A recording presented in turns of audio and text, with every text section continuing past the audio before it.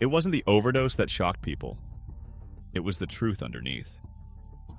River Phoenix wasn't your average young actor chasing fame or fortune. He lived with the urgency of someone who knew life might not last. When he collapsed outside the Viper Room at just 23, the world saw another young star gone too soon. But that final night was only the ending, a tragic conclusion to a story of childhood trauma, artistic brilliance, and a past that haunted him until the very end. River Jude Phoenix was born on August 23, 1970, in a small house in Madras, Oregon.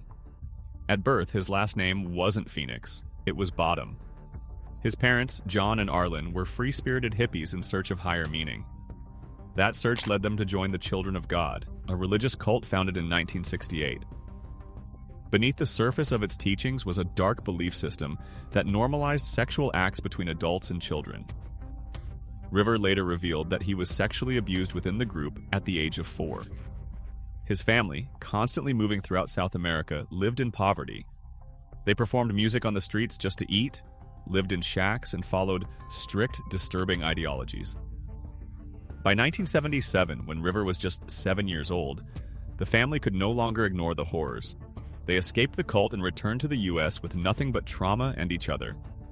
In an attempt to leave their past behind, they legally changed their name to Phoenix, symbolizing rebirth. From that point on, their survival meant hustling for opportunities. River and his siblings performed on street corners in Los Angeles. One day, a talent agent named Iris Burton saw River singing and saw something in him. What started as sidewalk performances soon became auditions, and before long, River was acting in commercials and small TV spots. He was 10 years old and already the family's primary provider. That pressure, being he breadwinner after fleeing a cult, never left him. His breakout came at age 15 with the release of Stand By Me in 1986. River played Chris Chambers, a young boy with a tough shell and a wounded heart. His performance was raw, real, and unforgettable. A now iconic crying scene was drawn from River's own emotional memory, guided gently by director Rob Reiner. Critics praised him instantly. Fans fell in love. But River wasn't interested in stardom. He threw away fan mail, avoided Hollywood parties, and rejected the teen idol label. While magazines printed his photo next to heartthrob slogans, River was quiet behind the scenes, deeply committed to activism, veganism, and privacy. He followed Stand By Me with more serious work, often choosing roles that others wouldn't touch. In Running on Empty, he played the son of anti-war activists living undercover, a role that earned him an Academy Award nomination for Best Supporting Actor at just 18. He played his character Danny Pope with a sensitivity that mirrored his own real-life burden, growing up too fast, carrying secrets, and longing for a normal life. In My Own Private Idaho, River pushed boundaries even further, portraying Mike Waters, a gay street hustler with narcolepsy. The movie, written and directed by Gus Van Sant, became a landmark in queer cinema, and River's performance earned him the Volpe Cup at the Venice Film Festival. Despite his growing popularity, River remained distant from fame. He didn't like the machine behind it. He didn't like being marketed. Behind the camera, friends noticed changes. His weight dropped. His eyes dimmed. He was using more stimulants to stay awake through shoots, surviving off coffee, carrot juice, and guayusa tea. On the set of Dark Blood, his final film, his director said River could be heard pacing all night, behind thin trailer walls, reciting intense monologues, and speaking angrily to himself about his childhood and the pressure to perform. He said acting felt like another trap, not unlike the cult they had escaped. Despite being only 23, River had captured Hollywood's attention not through marketing, but through fearless talent. He had turned down Goodfellas to take bolder indie roles. He co-wrote songs for his films, acted without filters, and took physical and emotional risks that even established actors might avoid. His heart was always in the art, but his mind struggled to bear the scars he carried. By the fall of 1993, River was acting, writing music, and balancing his life with his girlfriend, Samantha Mathis. He didn't go out much. That Halloween night, he hadn't planned to party. He had dinner with Mathis and was supposed to drop off his siblings afterward. That changed when he was invited last minute to Johnny Depp's nightclub, the Viper Room. Johnny Depp's band was playing, and they invited River to jam with them on stage. River wasn't in the right state. He was exhausted and hadn't slept well for days, but he said he'd go for a few minutes. At the club, something changed. Witnesses said River was handed a paper cup backstage. What was in it has become the subject of mystery and speculation. Moments later, he began to feel strange. He found his friend and whispered, "I think I'm ODing." But he was still walking, still talking. No one moved.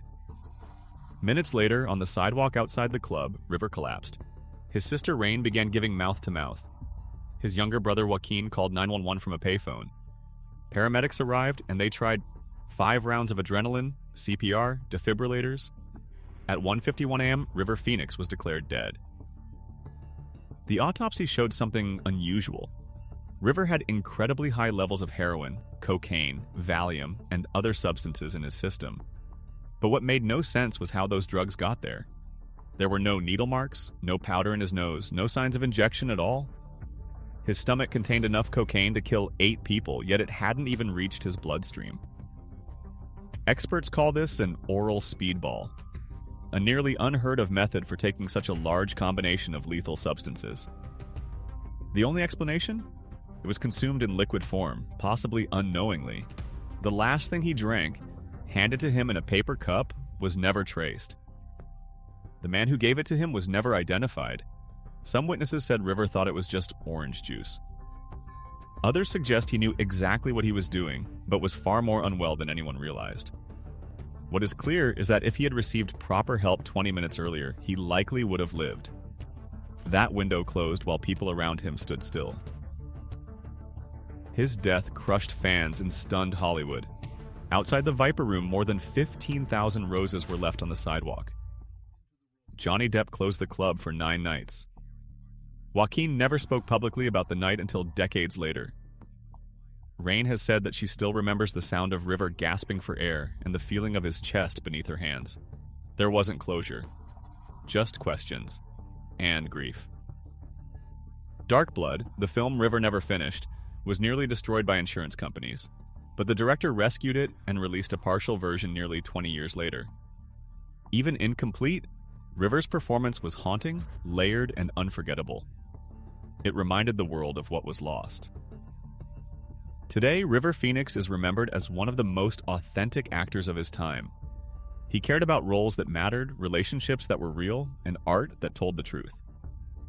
He lived like a spark, brilliant, fast, and too bright for his time. But beyond the roles, the awards, or the headlines, River Phoenix was a survivor. He survived a cult. He survived poverty. He carried a pain many would never understand, and he still found a way to create beauty. He was more than the boy who died on the sidewalk. He was the boy who once sang on streets for spare change to feed his siblings. The boy who memorized his scripts and his scars. The boy who let the world see all of him, flawed, vulnerable, brilliant, and paid the price for it. In many ways, River Phoenix never tree. Yuли left a stage. His story still plays through the people he moved, the lives he inspired, and the truth he left behind. They tried to define him by how he died, but his legacy will always fiercely remind us of how he lived.